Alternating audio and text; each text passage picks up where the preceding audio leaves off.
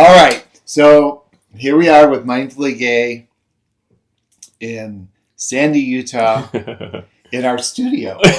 Yes. And it's real. It's not a fake backdrop. No CGI. No CGI, bro. Yeah. And I know this is going to be broadcast later, but we're literally on the eve of our retreat. Excitement. Right. Yeah. I think all three of us have chatted a little bit about some anxiety and apprehension, as well as some excitement. No, and I'm sorry, I just have to say, because this is the first time for me. I know you've sent printouts and things. I suck at reading things and visualize it. Like, I need to experience it. But what you just said about how tonight is going to start is already lighting me up, because it's reminding me of the barbecue. And I had such a good time at the barbecue, just bouncing around, talking to people. And like, that's what this gets to be. And in fact, that's kind of what it is all weekend. And so it's like, it thrills me, because it is precisely what I want. I just want to meet people and make friends. And I just have a very good feeling now, especially after conversations we've been having. Yeah. And so we thought, let's talk about gay friendships. Gay friendships. Like, we're trying to lay the seed and the platform and the foundation of creating connection and community that goes beyond some of the superficial engagements that happen in our community.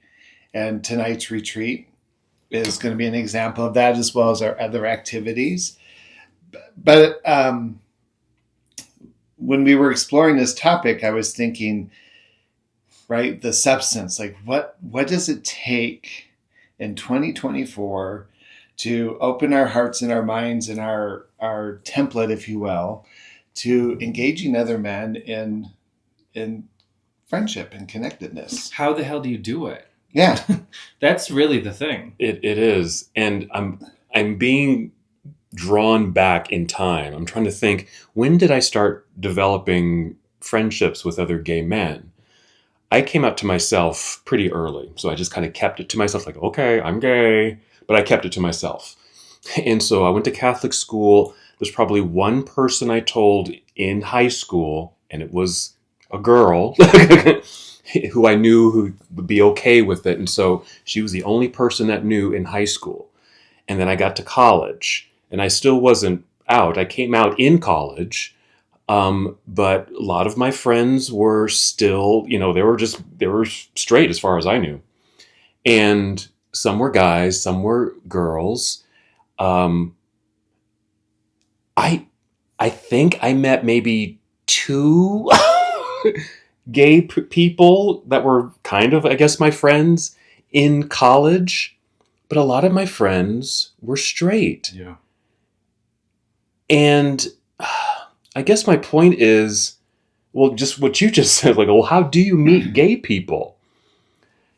When I think about it, I think there's, even today, there's still a fear of being found out.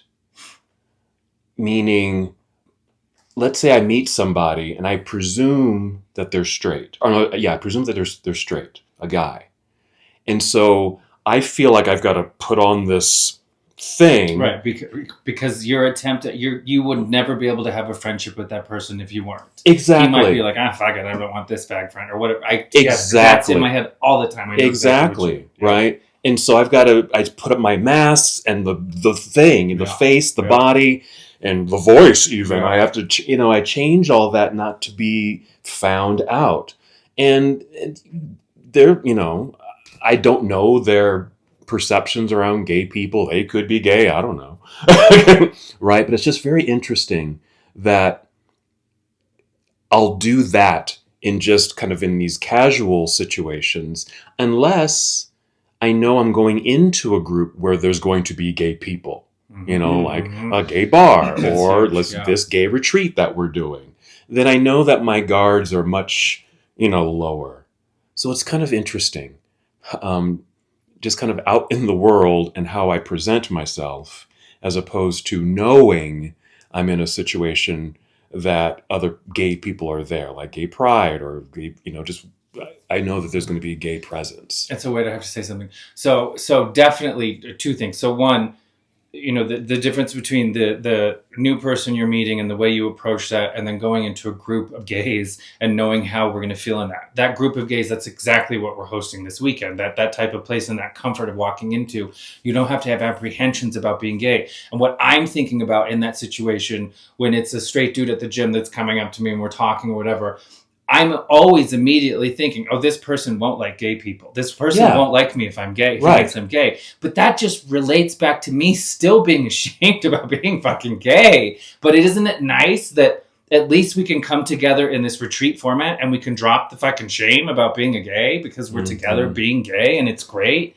But that is definitely, I don't know. I don't know how to go on to step forward in the world without the shame. Like, it's still just there. And every time I meet people, clients, even stuff like that, I'm hesitant to say my partner. I'm hesitant to give that stuff. I present in a way that I feel is not, giving off signals that I am. And I don't know, wouldn't it be something to just get rid of that fucking thing? That stupid shame. Do you know, all three of us, I catch myself doing it too. We tend to defer to that word shame. Mm-hmm. But if you were describing how you feel without using the word shame, what would be, how would we expand the concept of shame? Shame is one of those words that we all assume something about. Well, I mean, I guess, I don't know, just again, this is a really good example that John brought up about a new person, a stranger, a potential friend that's straight, let's say, probably straight, right? But let's just say he's straight. I don't know. I think, okay, I want to have a friend. I'm going to be this, but I don't know. I just assume that they're going to have an issue with my gayness. I don't know if it's shame. I don't know. I don't know if I feel shame. Yeah, I guess that's right. But I'm anticipating them disapproving, I guess is what it is. I anticipate disapproval. That's what it is. I walk around feeling like most of the world disapproves. I feel unseen,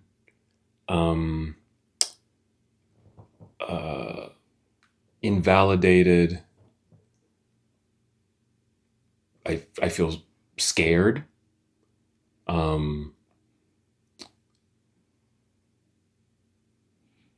Yeah, there's just not, I just can't be myself. Mm-hmm. The word that's coming up for me is I feel apprehension. Mm-hmm. And as you guys are talking, I'm listening to this and I'm thinking of my own words. I'm thinking, that sounds like a trauma response. Mm-hmm. That sounds like a process of trauma that's historical, that's embedded into somewhere in our psyche, somewhere in the development of our identity.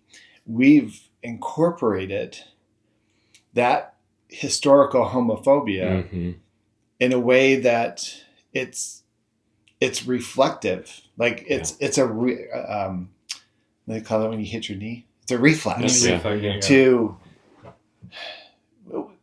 And so when I hear that, I think, okay, so how do you challenge that trauma response? How do you create a new story around that? So that if you're some straight dude at the gym, that I'm me and you're you, and there's no question about it. Because I have this other experience. Like you've met Chris at the gym, right? The trail runner guy. Mm-hmm. Beautiful man. Straight, 15 kids, something like that. Has never batted an eye around me being a gay man, and he's known me for years. And there are times when someone like Chris, who to me is the epitome of masculinity, I'm just like, wow, I'm surprised you don't care. Mm-hmm. I'm surprised that I seem more apprehensive about you knowing than you actually knowing and responding to it. I've had and grown up and had experiences with direct attacks of homophobia, which is probably imprinted into my sense of what to anticipate. but I can't think of the last time that happened. No, exactly. And yet it just keeps operate as happening if in the it's fucking head all the time. Yeah. Mm-hmm. No, wait, I have to say this. I'm sorry. This just, I know, I feel I know where this is anchored for me, where I started training myself in this way. And it's high school. It was North Summit High School. It was in it was in the hallways. It was the, hey, faggot. And I'm like, don't turn around. Just pretend they're not talking to me. This is exactly what Lance Black, I think that's his name, brought up in the documentary. He's the one that was Mormon. I'm sorry, I don't remember the name of the documentary. I think it's on Netflix. Netflix, yeah. It is? Okay. But he even said it. He even said, remember walking down the hallways and them shouting, hey, faggot, and you telling yourself, don't look, just pretend like you know they're not talking to you, but you goddamn well know. And that's the apprehension. You're absolutely right. That's what started to train in me. And that's why I started to learn how to get to class by avoiding everyone. The trails around. I knew all of them because I was just training myself every day to understand that they would all hate me if they knew I was the fag that I knew I was. Yeah. And it's apprehension. Yeah, it's certainly a learned behavior. I'm backtracking again too. It was grammar school. Similar kind of thing. Grammar school, where some of the boys, because I was young in school generally, because I skipped a grade. And so I was young and I was small. And there was just taller boys. And I remember there was a couple of boys who they'd had these tricks, to kind of trick you into, you're a faggot. Yeah, exactly. Exactly, like, do you shake your hand like this or like this? That kind of thing. Totally. Right? Yes. And if you fell for it, Yep. that was it. Game over. Yep. Game over. Even if you weren't. Because they would trick all the boys. Right. Right. And I think that's when my social training started. Like, okay, shut that down and don't respond to those kinds of tricks and things like that. Oh my gosh. Yeah, you guys are both talking. I'm having flashbacks. Yeah. This was the trauma. It did happen. We're all getting there right now. This was the trauma. And Americans speak a little bit to the Mormon audience because I was in the military, and at that time, the military it wasn't don't ask, don't tell. It was don't you dare be. Don't you dare be. Wow. And you've told me this, I think. Yeah. Wow. But I was also very incredibly active in the Mormon church. Here I was, this young single military person who was still a virgin, which they thought was being chased. So Mormon, so pious. Mm-hmm. Yeah. And I was just like, I'm touching anything. Yeah, that's right. But what was interesting is I got kind of like super esteemed. Like people were predicting my future in the church, and I was going to be an apostle, and I was going to be a leader, and blah, blah, blah.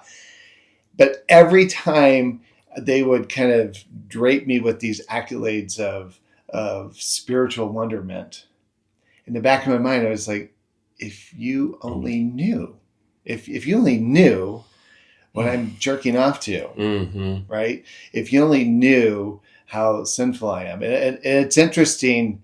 I once there was a sister missionary that I got kind of close with, and I think she kind of knew what I was dealing with.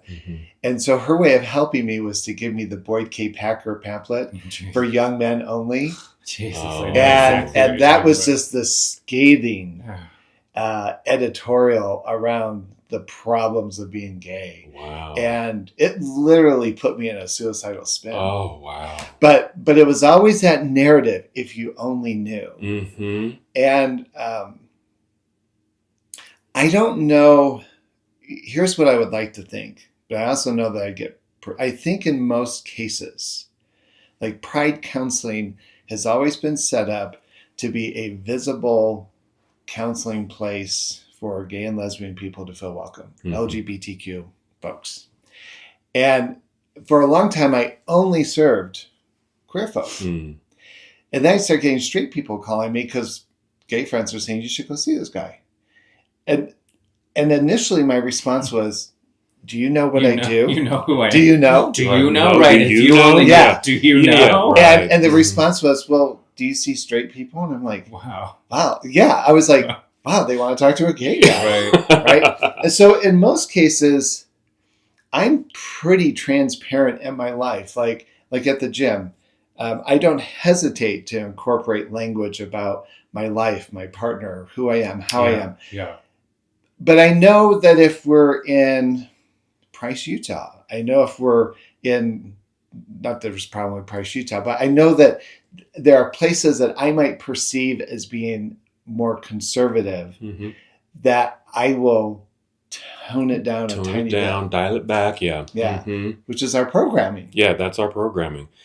And I find myself doing the same thing, even though I can let the guard down a bit in a gay crowd, but those triggers still pop up. It's like, well, what if I'm not the right kind of gay?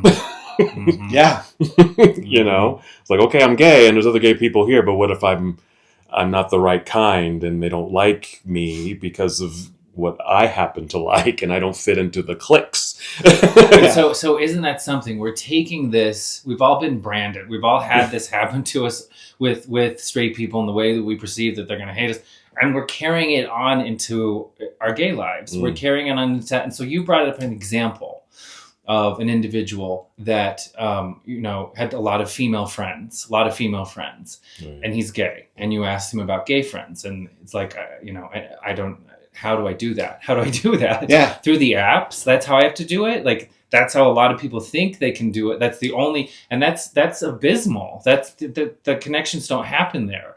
And I think it's because a lot of them have the same thing. We have the same thing. It's in us all that we're so apprehensive about being who we are because we've been taught for so long that it's such a travesty, a bad thing, that even amongst our own community, it's impossible. What if I'm not the right type of gay or whatever? And it really does relate to the deep, deep importance of what we're about to do this weekend. If we think about this, the right kind of gay, who are the role models in, let's just say gay men in general? Who are the role models in 2024? Like, who stands out as, who are our gay celebrities? Anderson Cooper. Oh, that's a good one. I love Anderson Cooper. Well, I mean, Anderson and Rachel. I mean, the two of them with the primetime and the command that they have, it's such a, it gives me chills even right now. Like, it's just, I think back to when I was younger and searching for the gays, and it's the Voguing Queens on What's Her Name show and Greg Louganis and the AIDS in the pool. And like, just thinking, God, I can't be any, I don't know what to do or be. And then we've got Anderson and we've got Rachel. And I just think they're such wonderful, they're wonderful at what they do, but from my understanding, and I have some for both, they're both good people. And I don't know, for me, they're role models. They're it makes me happy that the younger gays have them. I hope they recognize what they are. They're primetime gays, and they have respect. Right. But okay, I didn't even think of Anderson, but I'm just wondering who else stands out as getting a lot of public attention that's gay. We have like RuPaul, Pete Buttigieg, like gay politicians. Do you mean just that? Just in general? Celebrities. Like RuPaul, of course. We have RuPaul, Pete Buttigieg. Yeah. Booty. He listens to this, just so you know. I know. Yeah. I'm not supposed to tell. Sorry. Just kidding. Great. We're going to get sued, and we have no bank account. So we got RuPaul and the drag queens. They're huge. Who gets invited? Here's a better question. Yeah. Who are the headliners in our Pride Day festivals? Right. There we are. Right? It's a lineup of drag queens. Who else? You? Yoga teachers? Instructors? Therapists? No. If you make a middle wage porn income, people can happen. I mean, porn people have been put up on pedestals, but that's kind of that. That's not. I don't think that's a great. That definitely shows up in the club scene, though, right? If there's like, here is the bodies we'll have on display tonight, and they're usually porn stars. Yeah. But you're right. You're right. So when we consider those, options, I got to interrupt you. Yeah. You're putting out names. I'm thinking, oh God, I feel kind of shallow because I didn't think of Pete. I didn't think of who's the other guy, Anderson. Yeah, right. I was just thinking of gay men, but I was. But they're not in your scope, maybe necessarily.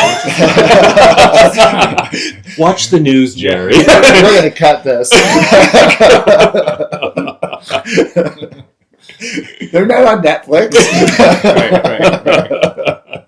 I guess my point is I feel like that the public image gets narrowly focused. I told you this experience we had many years ago when the first Queer Eye for the Straight Guy came out. Oh, yeah. Right? There's 5 guys, I think, on that show. And in the original show, I was so turned off by the original show that I've never watched the new one. Oh. Okay. But each one of the 5 guys was in his distinctive stereotype. Yeah. The queenie, the bitchy one, the pretty one, the jock, right? And I had put pictures, I had like 60 guys, and I put a picture of each one, and I told the guys, go stand next to the person that you most identify with. Wow. And there was pandemonium in the middle of the room. And people were complaining. It's like, I don't identify with any of those. Yeah. Oh, wow. That's good exercise. And yet that was promoted as this groundbreaking series exposing gay people as real people. And still, people couldn't relate to them. Yeah, and I love the magic of RuPaul drag. But I think what happens, like, I haven't watched, and I know you love the show, but I stopped watching it because it showed this weird kind of cattiness and infighting. And I thought, I don't want people watching that thinking that's the gays. That's my life, or that I have a closet with all those wigs, right? I only have 2. Well, that was the same. I mean, it's the same thing today as it was for me in the 70s and 80s. Watching television and what was depicted on television as far as the gay person. Yeah. It was the twink, overly effeminate, individual. The troubled individual. The troubled individual, the sidekick, never the love interest, never the star of the show. It was that.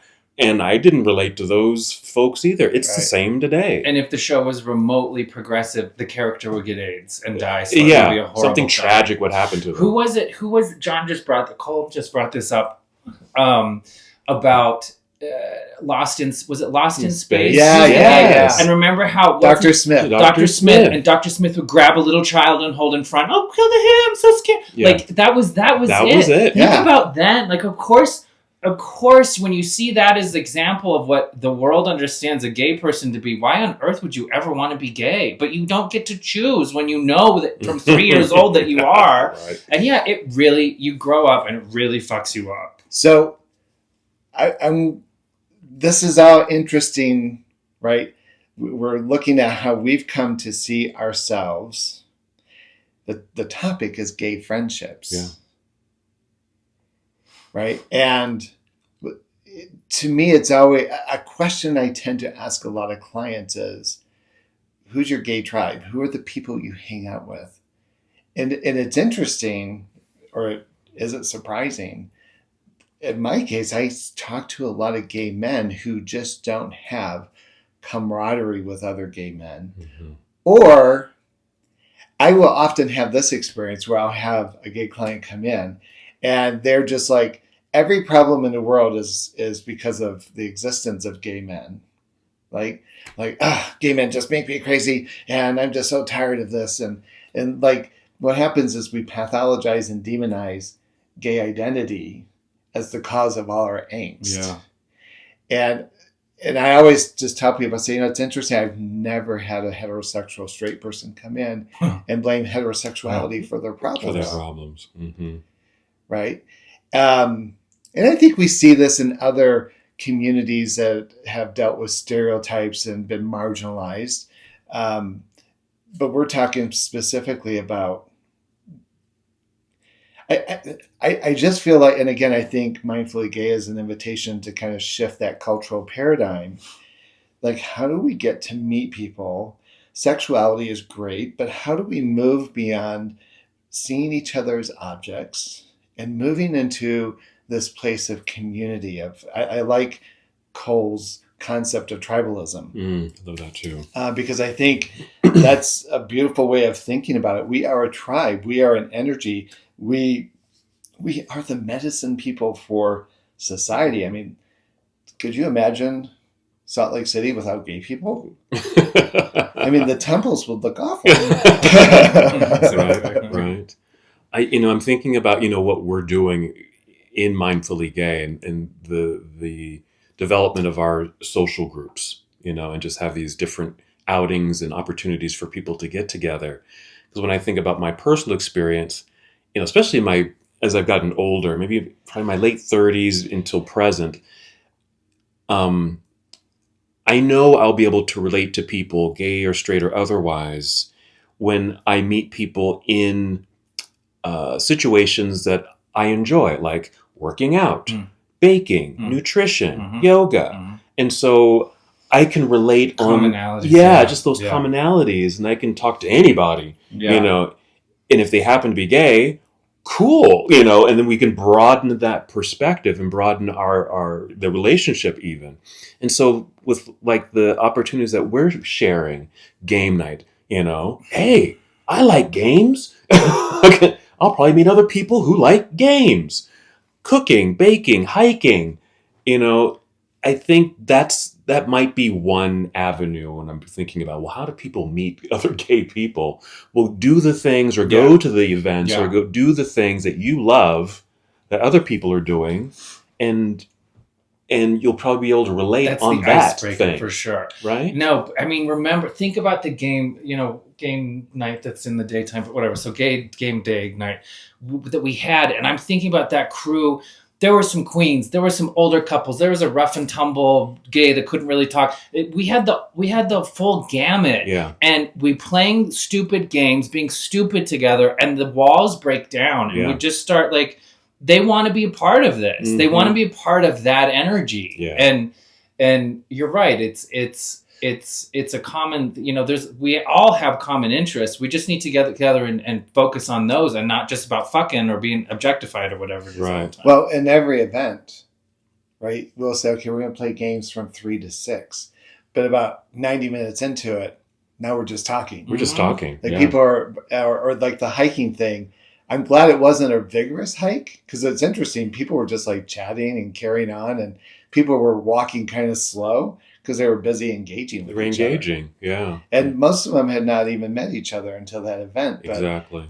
There's always one or two people that know how to take the lead and be social. And there's always one or two people who are really kind of shy and introverted and need that help to be drawn out. Mm-hmm. And there's some of us that like to walk fast. But it's all about a chance to practice. Yeah. I don't know if we talked about that. I was listening to our podcast this morning, and maybe it came up in the podcast. But this concept of practicing being in relationship to each other. Mm-hmm. And and I think I was just going to say, and the willingness to nurture that. Mm-hmm. Because, and I'm just thinking about we've known each other for a million years. And I was like, well, how did we meet? We met professionally, I knew you were gay, and I think you knew I was gay. I don't know. Yeah. Okay. Was it that obvious? But we met professionally because, in your office, and I was working as a therapist and putting programs together and all of that. So that's what kind of brought us together, because we're putting some programming together. But so that was the commonality. But then we start talking about what we really wanted to do. Yeah. We were talking about what the work and the monies from the state had us do as we came together. But then we start talking about if we could use this money the way that we really wanted to use it, this is what we would do. If we could address the core and quit playing around with the symptoms. Yeah. And that's a lot of what happens in the world of intervention, is we're busy putting out little fires, but we never get to the source of the issues. Don't get to the source. Yeah. But it didn't stay with that. It was, our professionalism, yes, we worked together that way. But because we had this other commonality and wanting to form, queer spirit really kind of blossomed right in that moment. The seed was planted. And because of that, our relationship really began to really grow. And because I think because we were so passionate about it, we invested in that and each other. We were talking, we were collaborating, we were brainstorming, and very much about kind of what's happening. We're doing this on the podcast, but but we've been doing this like 4 months, and just our energy dynamics between us have shifted considerably. Partly because this brings us together, but then as we get to know each other, it's like, gee, how's your step grandmother doing, and how's your partner, and what's happening in your world, right? And then to even be able to talk about, gosh, sometimes this makes me feel insecure. This causes me to feel this way. Like, just kind of talking about it, sometimes being witnessed, sometimes being getting advice, getting a perspective that wasn't there. Yeah. I know that the perspective like I get from you guys is going to understand the queerness, and is going to understand some of these dynamics that we just rehearsed, and understand it in that context. That's friendship. That's really, that really is friendship. That's how it's forged. That's how you make it. But you're not going to find it. I don't like to say this. I think we've become dependent on social media. Like, Facebook is a nice way to know what's happening. Instagram is a nice way to know how your life is not measuring up to others. And, Grindr and Scruff, for instance, I've actually met some pretty incredible people on those apps. Yeah, it can happen. And we were talking about this morning. I've also met some real assholes. And what's interesting is sometimes an individual can stick out, right? And we will cast an entire spell that person somehow, out of 10 people, I might have had 7 really great interactions, but that one person will sully the whole story for me, right? And I have to sometimes back up and realize that's about that person. That person doesn't represent the other 10 gay guys that I know. Yeah. And okay, maybe he's pretty, or maybe he's got this kind of body, or whatever it is that has kind of initiated that attraction, that the rejection or the response back doesn't have to cast an entire story over everyone. But for whatever reason, we do that. And I think it goes back to what we talked about, that whole internalized homophobic trauma response, right? The last person I want to be rejected by is someone from my own tribe. Yeah, right. Oh, man. And I sometimes wonder if we need to have a discussion about how to tactfully say I'm not interested, how to respond to them instead of ghosting people, to at least respond and say, have a nice day. I don't think this is the right time. Yeah. It's very different than saying you're too old or you're not pretty enough, right? Whatever. That's that's tough. That, from the perspective of where I come from, in the beginning, and I actually haven't been on the apps in, I think, almost a year now. I think I just haven't used them, and because I much rather, I like it when the dudes come at me in the gym. It's just much more tangible. I enjoy that interaction. It just feels good. I get more out of it.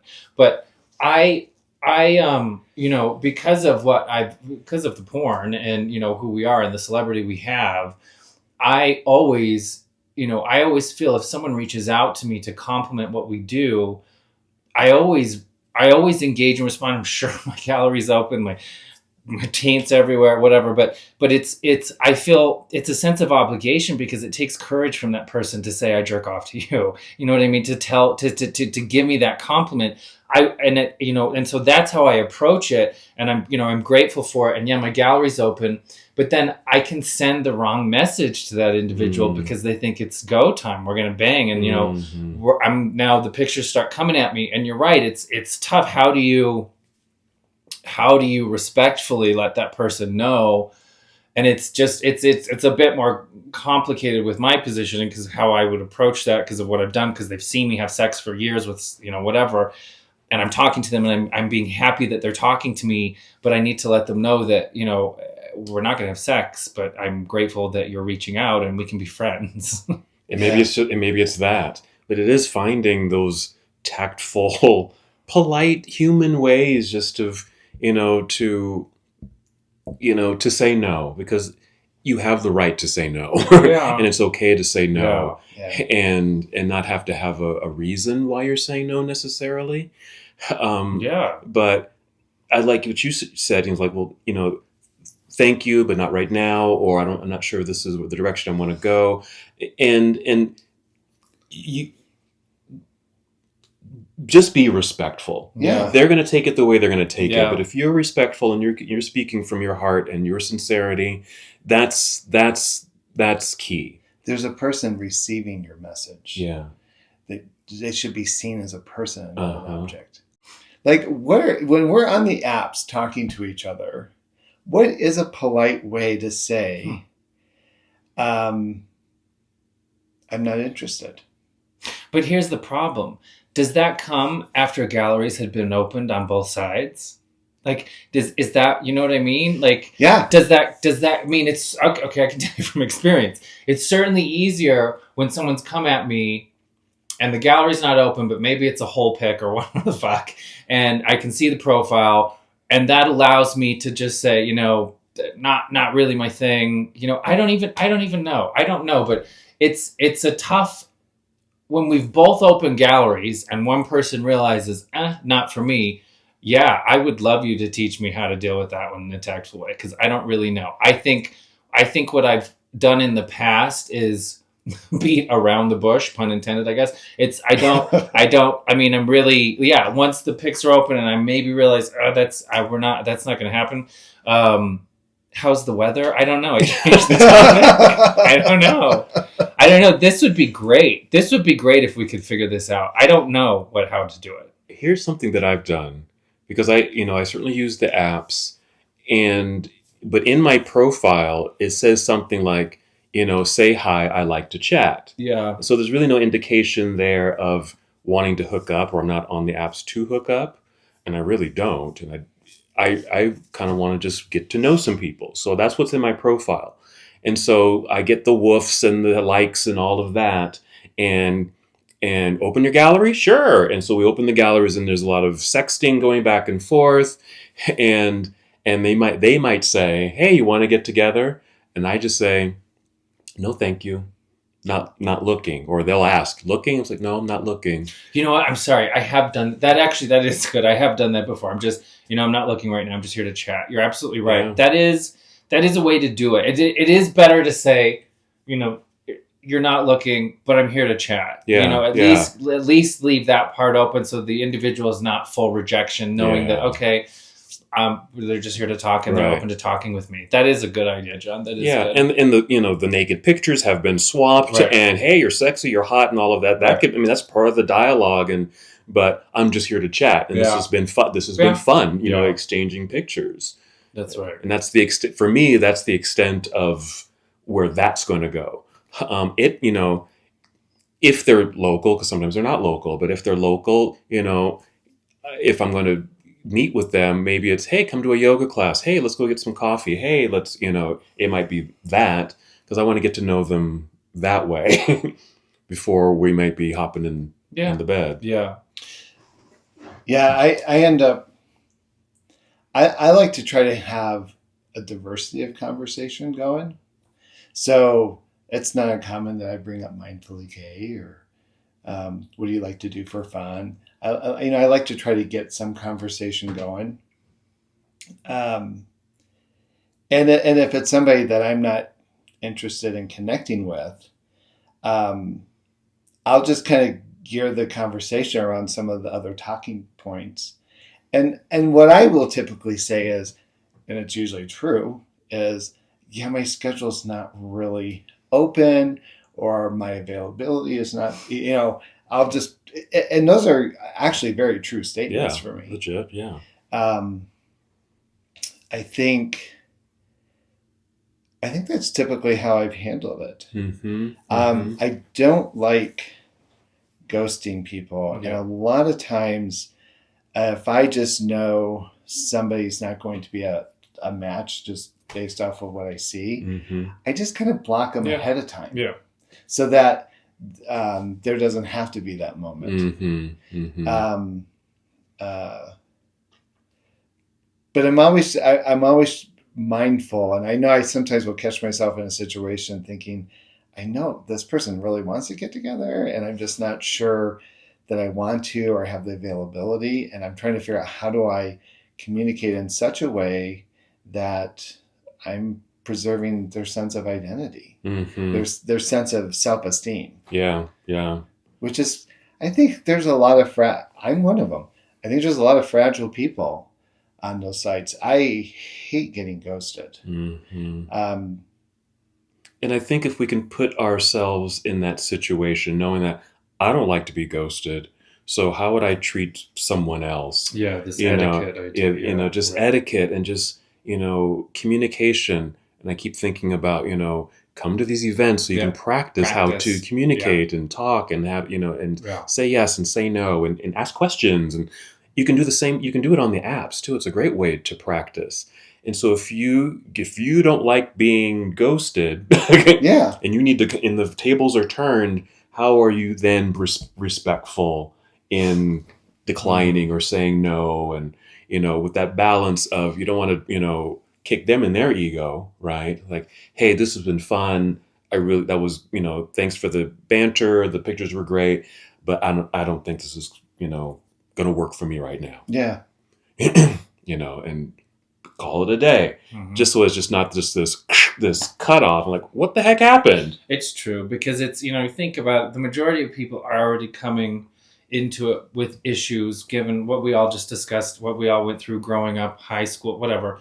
And then to go into the app and have these just, right, the etiquette's not there, it's rude. And so then that gives them this impression that that's what it's like in the gay world. And so then that's the individual that's coming to you, telling you all the problems with gay men and everything. And it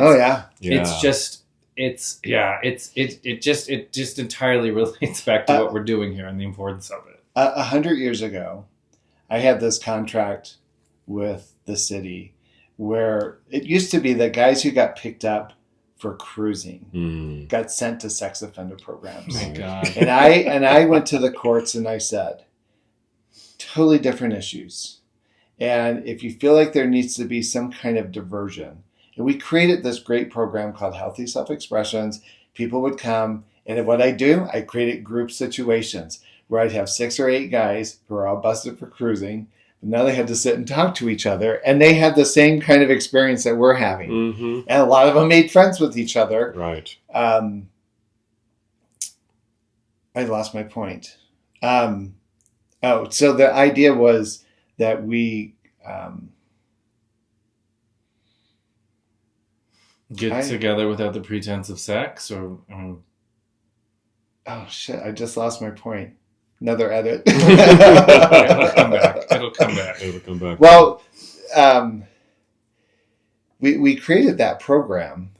Let me just see if I can talk. We created that program as a way of getting people to kind of get out of the objectification process. And so when I would talk to those people individually, many of them closeted, many of them had been out having sex, but didn't know they're gay people. And so what they would say is, there's no way I could come out. Why? I don't want to be part of that community. I don't want to be part of that lifestyle. Yeah. And then I would say, what's the lifestyle? Yeah. And they'd say, fucking in the weeds. The cruising in the parks. Yeah. I said, wow, that's interesting, because I've been gay for 100 years and I've never cruised in the parks. Exactly. And my idea of community does not look like that. Right. Right? And so what had happened is their view of community was so narrow. So narrow. And so we can take park cruising out of that equation, and we can put in Grindr, Scruff, and the other apps. Same. Yeah. Right? If that is my sense of what's available, and if the door seems closed, right? For instance, I would tell you, as an older gay man, I would say ageism is alive in the gay community, because there's definitely a lot of it that plays out on those apps. Yes, sir. Unless you fit this like super daddy profile, which I do not own leather. Sorry, right? Right? It doesn't breathe well. But if I allow myself to have a more expansive view of the community, if I am participating in events and activities, political or social or whatever, Right. I may start to understand that Grindr and Scruff represents a segment. Yes. Yes. Right? It doesn't, it's not the total narrative. Exactly. And just like if I limited my life to a particular approach to that life, I'm only going to see it that way. Mm-hmm. Or we even had that conversation this morning, right? Is my experiences with party life may look very different than your guys's based on the experiences that you've participated in and where you have found yourself. Right. And somewhere in our narratives is the collective consciousness. And again, I think that's why the retreats and these gatherings are important, is we can start to see the complexity of who we are, the complexity and the gifts that we bring to the table. And the complexity of our community. Yeah. Like the reality of what it can be and what it is. And what it is. And how to, assimilate, how to get into the stream, how to get into the current of it. Yeah. Because you're right. It's a hard place to be with social media, with the apps and, hookup apps and what Instagram's telling you got to be part of, you look like, be this jump up on whatever the fuck. And it's hard because it's not what a lot of people think of themselves as. And so it makes sense that they're just pushing away. But again, that's exactly what this retreat is about. Yeah. Like on Instagram, you don't, the people posing on Instagram are the muscle guys, right? The reels on Instagram are about uplifting. Look how great my life is. Look how much fun my life is. It's never the spot that says, God, sometimes life is rough. Sometimes I'm anxious. I'm struggling to find my place in this world. Yeah. And even when people do kind of tell their tale on like Facebook or that, there's a lot of like, oh, there they go again. Yeah. Right? Which I often think when people respond that way, it's their sense of helplessness because we want quick and easy solutions to everything. And so when we see the complexity of your life and get overwhelmed by it, and I can't fix it, it would just be easier to dismiss you. Yeah. Right. It's being difficult. It's creating your own problems. You're a victim of your own circumstance. Blah, blah, blah. Yeah, sure. Yeah. I mean, I remember a time, I don't hear it so much now, but I remember a time when, well, if you just weren't gay, oh my gosh, you just choose your life would be so much different. easier. And as a therapist, I can promise you, straight folks don't have it any easier. I don't want to go down that path. I was like, I don't want to be that. In fact, but I would even tell you this issue of loneliness, this sense of feeling isolated, this sense of feeling like no one out there cares. I think between cell phones and social media, that in fact, you're seeing a lot of literature now in psychological reports, and even pop psychology is picking up on it, the epidemic of loneliness. That there is this illusion that everyone is hyper connected, and yet most people are finding themselves insulated to what they can get off social media. Exactly. As we use YouTube and podcasts to reach you. But, it's a way to chip away at it for sure. Yeah. I mean, that would be something about, that's why I was thinking like an app. It's not a hookup app. It's an app to connect, but how would it be different? Like, what would you talk about your interests? I mean, part of the reason why I think Meetup is such an interesting thing is because, we're, just like you were talking about, we're coming together with this commonality. It's not about who's going to fuck or who's doing how many bicep curls, whatever.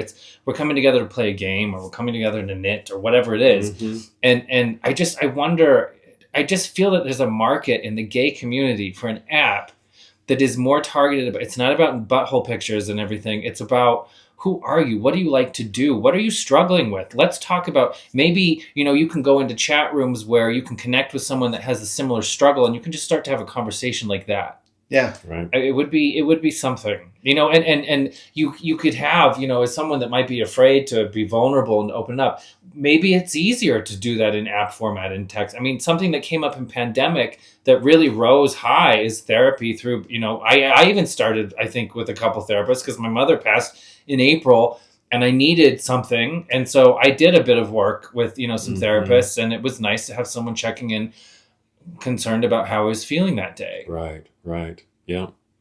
So anyone out there knows how to do app development, and we will. We've got the concept for the Mindfully Gay app.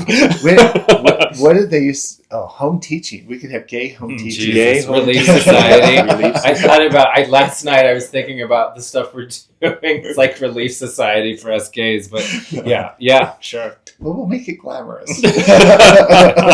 We'll put sequins on it. No flower patterns. No white shirts.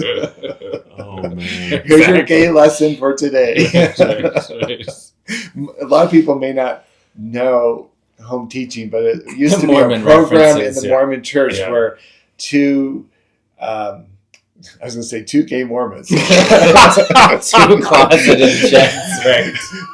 Two Mormon priesthood holders would go and visit a family just to check in on them. It was a monthly assignment. It was a front. Yeah. It was a beard, really. But yes. Anyway. Who are the two guys coming to your house once a month? I've seen this porno before. I was about to say. Like, what porn is that? I need to be held. Oh my gosh. This is bad. We joke about this, but there's definitely truth about it. Meaning, we want to connect, and here are just some ways. Even though we're joking about it, here's some ways that people can realistically, with value, connect. What if a couple of guys came in and checked in on how you doing? Right. At least once a month. Yeah. I would say weekly. Right? I mean, how would that be? Wouldn't that be amazing? We're so taken aback at oh my God, someone's at the front door. What's happening? Yeah. Shut the curtains, turn up the lights. Act like you're not home. Exactly. Pretend I'm not here, but wouldn't that be something? Just to have a group of guys bouncing around, checking in on other guys. I mean, hello, that is what's happening with what we're doing right now. We're starting to develop that network, but... Well, Sage, so Utah used to have a network called Sage Utah, and it was for people 50 and over. Now there's this woman, Deborah Hall, who's running Seniors Out and Proud. And because Sage is kind of disbanded here. But we actually had a lesbian couple who was an older lesbian couple that was promoting and actually developing an outreach. And the outreach was that like Ingrid would go visit Charles, who's 86 years old and shut in. But once or twice a month, she kind of made it her assignment to check in. Yeah. And they were kind of creating this network. Yeah. Because what we see with a lot of our senior gay folks now is they don't feel like they're part of the community. They don't feel valued as the elders of history, if you will. They get kind of marginalized and pushed out. And so they end up kind of isolating. Yeah. And if they end up institutionalized, it's kind of sad they go back into the closet because of institutional homophobia. Right. There's a great documentary that was done on this. But what these lesbian sisters were working on was creating kind of this network. We would try to identify who these folks were and keep tabs of them. Yeah. And I guess I would argue that in many cases, we all need that. We really do. I need that. Yeah, absolutely. I was saying earlier about, you can once you've established the relationship or the friendship, invest in it and create these networks. Check in on your friends. I just lost my dad, and there was a period when he was in the hospital and not doing well. I wasn't doing well. And I've shared this with Jerry that I just felt totally alone. Like, what happened to my friends? Like, they weren't checking in on me. And it just devastated me. And I just felt so alone. And, and I think even, it doesn't have to be anything, tragic, like a loss, anything. It can just be, just check in on your friends. If you got the socials and you got your phone, you got a phone. Call somebody, text, hey, how you doing? Yeah. Just saying hi, smile emoji, and I'm constantly doing that. And but I think it's in that same vein. Just stay connected. If you've got some friends and you want to maintain that relationship, in the long run, invest in it. Mm-hmm. Yeah, I've always appreciated your little texts. In fact, Bruce and I say, "Did you get a John text today?" For sure. But and maybe that's a skill as we're creating these groups of people that are coming together and practicing the etiquette of connecting and whatnot. In time, maybe that's something that we could start to make a tenet of what we do, is that we each have crews that we check in. I mean, we're all just kind of continually doing it, but to make sure that it's happening with consistency, we might set up some type of network of expectation of you have these two, these two have these two. Like it's just, we're not just checking in on someone, that someone then has people they have to check in. Like it's a cyclical, like all, it's asymmetrical. We're all doing it for each other. Right. But maybe that becomes part of, kind of what we're doing here. Well, I remember, I noticed this at the waffle breakfast. Mm-hmm. Because at the waffle breakfast, you kind of did this announcement and you said, here's what we want to do. Here are some of the things we're interested in doing. And we threw out some of the ideas. And it was interesting. Like the energy in the room just kind of rose. Like people are like, yeah. And then we did it at the end of the barbecue. You had already left, but at the end of the barbecue, Nick did it. People were literally gathering at the door. And I don't remember what you said, but it was about the sense of connectedness. And people just kind of gathered. And then they heard the announcement, but it almost set off like these little pockets of fireworks. And I was just kind of listening to people all process what you had just said. Mm-hmm. And even coming up with their own creative ideas. And we even had a gentleman, we've had two now, who have suggested things that they would like to create. That's what it's all and about. And I'm like, yes, mindfully gay is you want to do a sewing circle or a quilting circle. I love that idea. We're going to create the space for that to happen. Yeah. Give me the details and we'll make it a part of it. We'll help you put it together. And we had someone earlier come up with an idea that I'm curious about because it's not something that I'm terribly familiar with, but I thought, I'm going to test my boundaries and go and check this thing out as well. So I think Mindfully Gay becomes that opportunity. Not every circle is going to center around yoga or sweat lodge or fitness. But it's almost like we're becoming a community center minus the building. We're just going to become a community. I love that. I love that. Mm-hmm.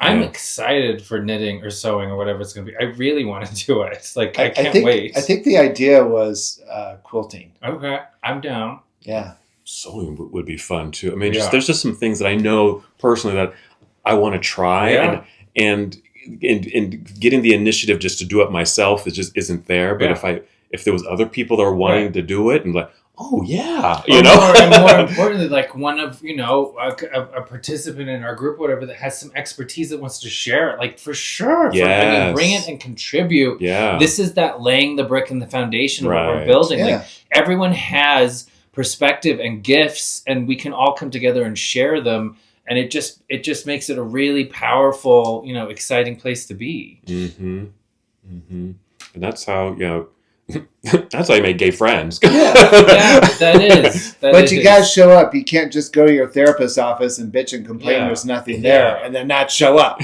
Not that that's a pet peeve of mine. No. So the invitation continues to be open as far as you're listening to this podcast. Maybe you're watching it on YouTube. The word is getting out, friend. You're starting to tell people, have you listened to this? But the invitation is still there. Send us your questions. Send us your topics and ideas. Send us your perspective on this topic, for example, on friendship. Maybe we've got some clues, some information that you could share with us that we could share with the listening community. Well, and I think we need to do a shout out. We recently discovered where our podcast is going. Yeah, that's right. Spain, Mexico, Turkey, Indonesia, Turkey. All over the country, Hawaii. Yes. I know someone in New Zealand listening. Yeah. So we were, we just kind of thought we had like 2 or 3 listeners and that we were just kind of doing our own therapy. But it is exciting. And what I want to say in that shout out is, we're in Salt Lake City creating this. But there's absolutely no reason why people in their own communities with their own sense of talent, right? This is not a Salt Lake City phenomena. This is the phenomena that you create where you're at. Yes. And, Harry Hayes started out with the Managing Society of bringing like-minded men together to talk about their lives, even though they were closeted and complicated lives back in the 40s and 50s. Wow, yeah. This is the 2024 version of that. Yeah, right. exactly. And it can happen where you're at. Yeah. And so I just really want to acknowledge. Absolutely. We're excited that you find something relevant about what we're talking about, and looking forward to our sister podcast from Indonesia that is going to be talking.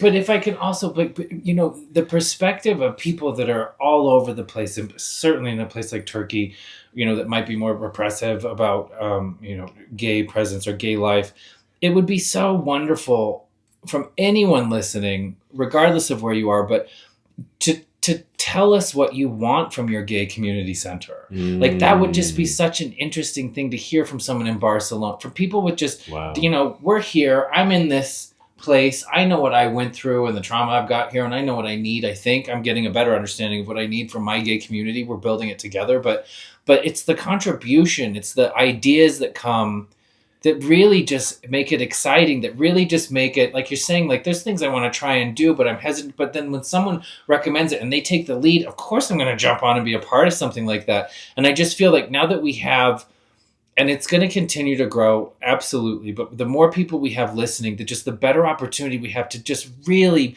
create something that is so deeply profound, because we can get feedback from so many different perspectives.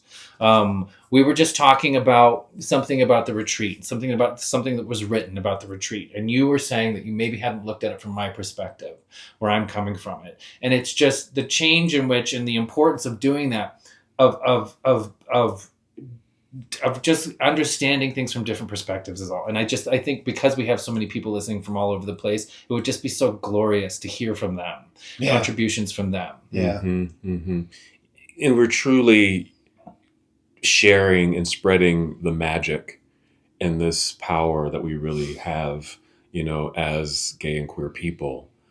We talked about it in the very first episode, and just how powerful we really are as a people. Yeah. And just the sense that someone is listening in Barcelona or somewhere in New Zealand, that hopefully that magic is getting there, and you're seeing your magic and how you can spread it in your own community there. And I would definitely, if people go to the mindfullygay.com website, there's 2 places on there where you have a place to give us feedback. And I think the feedback we're really hungry about is, what do you want to hear us talk about? Yeah. What would you like us to discuss? I have a vision that some professor somewhere is going to hear something that we're talking about and use it as a discussion point with their students, or increase empathy and understanding about the gay experience, or maybe there's a community centers trying to get developed in some country where that's not possible. Right. And maybe they'll be inspired and they might say, hey, give us some ideas. We just need to hear from our audience so that we can keep this relevant. We can keep it relevant and keep, giving you what you need, what you want. If it's certainly feeding you and nurturing you, we're here for it. We really are. Yeah.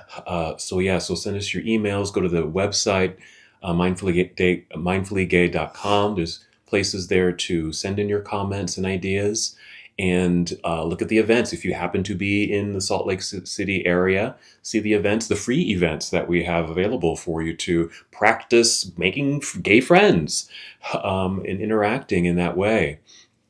Any last things before we wrap it up? I'm wondering if, we started this conversation with the apprehension that we feel about approaching, connecting with other humans, whether they're gay or straight. And I wonder if the way in which we can start chipping away at that thing within us, because it's a built-in thing. It's a reflexive, it's a knee-jerk reaction. And I think maybe the medicine for changing that is just understanding the real tangible good about being gay and sharing it with the community, coming together and doing things together and making connections that are, that have nothing to do with sex and looking a certain way, tribal, that negative tribalism stuff. And maybe that's what it is. Maybe that's the thing that I think that is the thing that's going to help me more is just having just actual connections that make me feel good about being a human in this world, and that can maybe start chipping away at that apprehension that I bring into any, potential new connection with another human being. Love that. Yeah. Love that. Good. Last thoughts? No, I think we're good. We're good. All right. That is a wrap, everyone. Thank you so much for listening, and just continue to be your authentic self. And we'll see you next time on the Mindfully Gay podcast. Thank you for tuning into this episode of the Mindfully Gay podcast. If you enjoyed our conversation today, please remember to hit that like button and subscribe to our channel. This way you won't miss out on any of our upcoming episodes, where we continue to explore fascinating topics and share meaningful stories. Your support means the world to us. See you in the next episode.